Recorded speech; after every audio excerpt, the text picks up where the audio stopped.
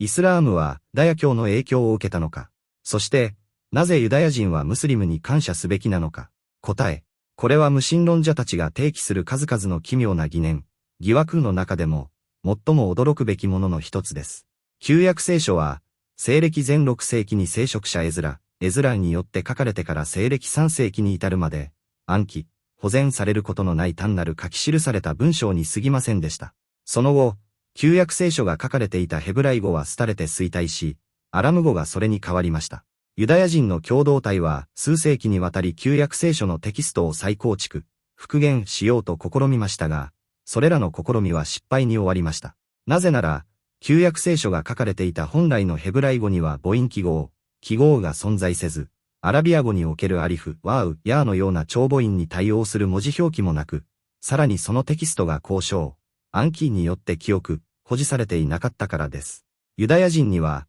聖クルアーンのすべての文字に見られるような交渉の連続的伝承、タワトゥルが存在しなかったのです。これはユダヤ人にとって極めて深刻な問題でした。ユダヤ人が旧約聖書を再び正しく読めるようになったのは、それから1400年もの歳月が流れた後、具体的には、アッバース朝のイスラームカリフ時代になってからのことです。ムスリムのカリフ政権の庇護と、当時のイスラーム文化の繁栄の中で、アーロン・ベン・アシェル、エアロン・ベン・アッシャーやモーゼス・ベン・ナフタリ、モシェ・ベン・ナフタリの手によって、ユダヤ人はついに自らの聖書を再読、復元することが可能となりました。そしてユダヤ人たちがそれを成し遂げることができたのは、ヘブライ語の発音で困難が生じた際に、アラビア語の語源の助けを借り、さらにアラビア語から母音記号、チェスケールの手法を取り入れたからに他なりません。エリエゼル・ベン・イエフダー、エリーザー・ベン・イエヒュダーがその辞書を編纂した際、ヘブライ語には2000程度の語根しか存在しないことに気づき、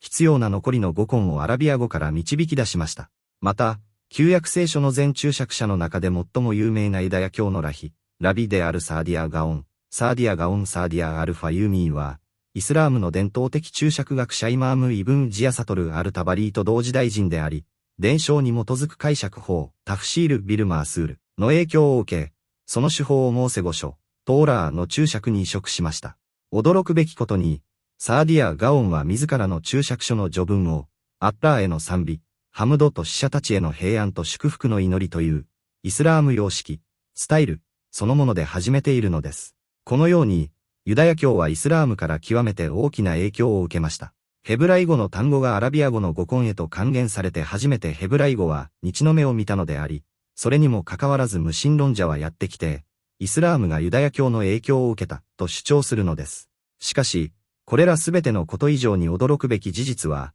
ユダヤ人がイスラーム文化からアラビア語の文法規則を取っただけでなく、数多くのイスラームの儀礼、タクスを自らの立法、シャリアに取り入れて加えたという点です。その一例が、ハラハー・ゲドロット、ハラコット・グドロットに記されている、ユダヤ人は礼拝の前に両足を洗わなければならないという規定です。ユダヤ人は礼拝の前に両足を洗います。本来の古代ユダヤ教には、このような規定は存在しませんでした。ユダヤ人が足を洗うのは、かつて会見の幕やタバーナクルに入る前だけに過ぎなかったのです。礼拝の前に両足を洗うことはユダヤ教本来の宗教儀礼ではなく、彼らはこの儀礼をムスリムから移植しました。これはコミズ・ブドゥーにおいて実践されるイスラームの儀礼であり、イスラームからユダヤ教へと移転したものです。ラビのアザリエル・ヒルデスハイマー、アズリール・ヒルデゼーマーが、ハラハー・ゲドロットの中で礼拝前の足洗いを命じるこのテキストを発見した際、彼はそれが、ユダヤ教に後から侵入した外来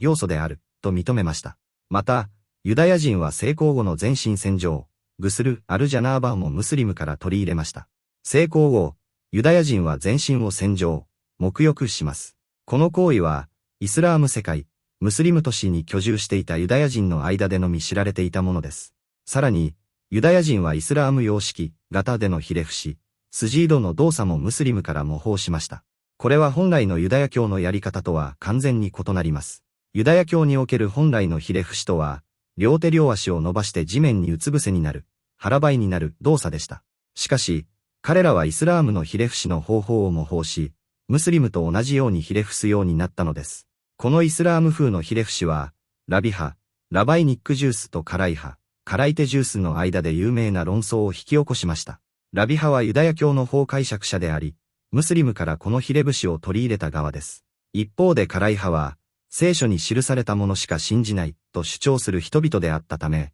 この形式のひれ伏しを拒否しました。イスラームの影響は明白であり、それどころかユダヤ人がイスラームから受けた影響の強さゆえに、彼らはトーラー、モーセの立法のことを、クルアーンと呼ぶことさえありました。ユダヤ人が模倣したイスラームの儀礼の中には、礼拝中に座っている間もキブラ、礼拝の方角に向き直るという行為もあります。元来、彼らは座っている最中にキブラに向くことはなく、立っている時だけキブラに向かい、座る時はどのような姿勢でも自由に座っていました。この新しい宗教的儀礼を法制化したのは、ラビのアブラハム・マイモニです。アブラハム・メイモナイドとラビのアブラハム・ヘハシド、アブラハム・エイチ・イハジドです。また、ユダヤ人がムスリムから取り入れた法規定の中には、女性が礼拝時以外でも頭部、髪を覆うという規定があります。ラビのアイザック・ルーリア、イサーック・ルリアが述べるように、これは彼らの本来の聖書、文献には存在しない規定でした。このように、異宗教に対するイスラームの影響は明白であり、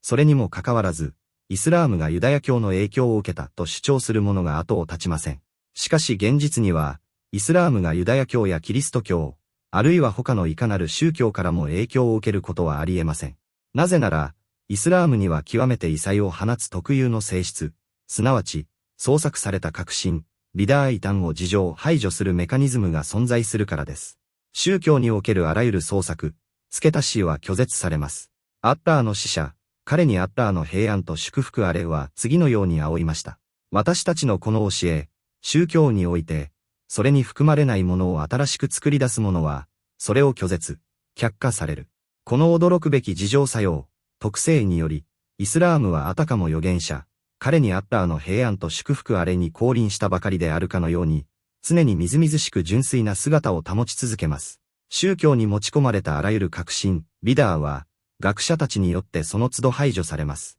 この知識は、広大の構成で正義ある人々によって継承され、彼らは無知な者たちの歪曲、不信仰者たちの捏造、そして過激派たちの間違った解釈をそこから取り除くのである。それゆえ、イスラームは時代の変遷を経ても、下されたままの姿で永遠に残り続けるのです。